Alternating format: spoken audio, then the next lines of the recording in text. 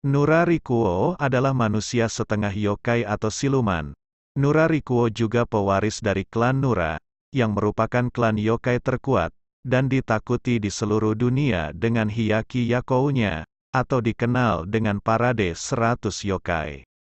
Keinginan Rikuo yang menolak menjadi Sandaime atau pemimpin generasi ketiga dari klan Nura, dan lebih memilih menjadi manusia biasa, membuat banyak masalah timbul dalam kehidupannya.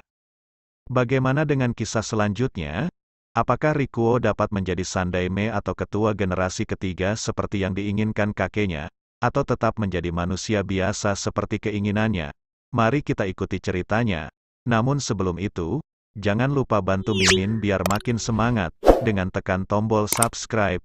Oke, langsung aja kita ke TKP. Cerita diawali dengan Rikuo yang dalam mode yokai sedang berbicara dengan salah satu bawahannya, yaitu Gyuki. Dalam pembicaraan itu Gyuki mengutarakan bahwa dia tidak suka Rikuo menjadi Sandaime, karena wujud yokainya hanya muncul ketika malam hari saja. Setelah itu, Gyuki kemudian mengacungkan pedangnya ke leher Rikuo. Namun Rikuo dengan wajah datar muncul dengan cepat di depan wajah Gyuki, dan menyerangnya, serta mengatakan dia akan menjadi Sandaime, dan memimpin semua yokai untuk patuh padanya, dan menjadi bagian dari Hyaki Yakou miliknya.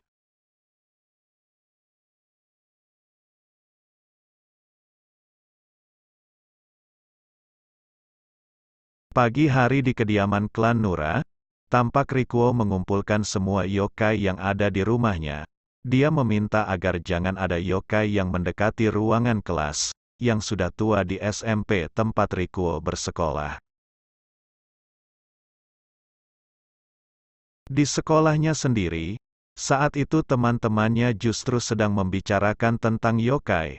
Bahkan salah satu temannya, yang terobsesi dengan keberadaan yokai bernama Kyotsugu, mengajak mereka nanti malam, untuk uji nyali di ruang kelas tua, di sekolah mereka. Bahkan atas ajakan temannya itu, Rikuo terpaksa setuju untuk ikut serta dalam acara uji nyali tersebut. Malam hari sebelum berangkat acara uji nyali dengan temannya, oleh kakeknya Rikuo ditanya tentang keputusan menjadi Sandaime. Rikuo dengan tegas menolaknya, dan lebih memilih menjadi manusia biasa. Di lokasi tempat uji nyali, meski sempat khawatir, Rikuo meyakinkan dirinya bahwa semua akan baik-baik saja. Tapi justru ketika berada di dalam kelas tua tersebut, Rikuo malah banyak bertemu dengan yokai yang bukan berasal dari klan Nura miliknya. Maka untuk melindungi teman-temannya, Rikuo kemudian memaksa mengambil alih untuk memimpin di depan. Mereka akhirnya melanjutkan menuju ruangan terakhir dari sekolah tua itu, dan kemudian mereka semua memasuki ruangan tersebut. Setelah berada di dalam, Rikuo merasakan bahaya, dan benar saja, tak lama kemudian muncul yokai berwujud laba-laba menyerang mereka, membuat sebagian teman Rikuo melarikan diri. Bahkan salah satu teman wanita Rikuo jatuh pingsan. Rikuo yang saat itu putus asa karena merasa tidak mampu melindungi teman wanitanya tersebut, dalam waktu singkat tampak berubah wujud, dan dalam waktu bersamaan juga, muncul dua yokai yang merupakan pelayan dari Rikuo melindungi dirinya, yaitu Ao Tabo dan Yuki Onna.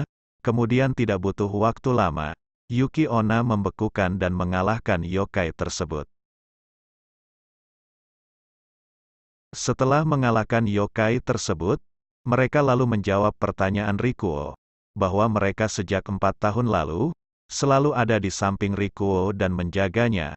Pembicaraan kemudian mereka lanjutkan di luar ruangan, dan karena Rikuo masih bingung, mereka pun menunjukkan wujud manusia mereka, ketika menjaga Rikuo sepanjang waktu di sekolah.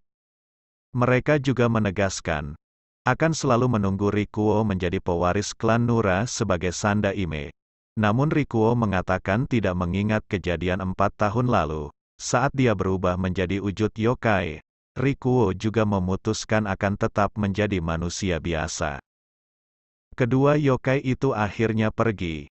Setelah Kana, teman wanita Rikuo sadar dari pingsannya, Rikuo menenangkan Kana, yang panik dengan keberadaan yokai sebelumnya, dengan mengatakan bahwa tidak ada yokai saat ini.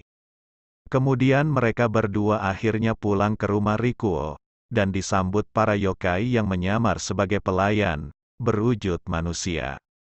Sementara di pertemuan fraksi para yokai bawahan klan Nura, kakek dari Rikuo menegaskan bahwa hanya Rikuo yang akan menjadi pewaris klan Nura, sebagai Sandaime.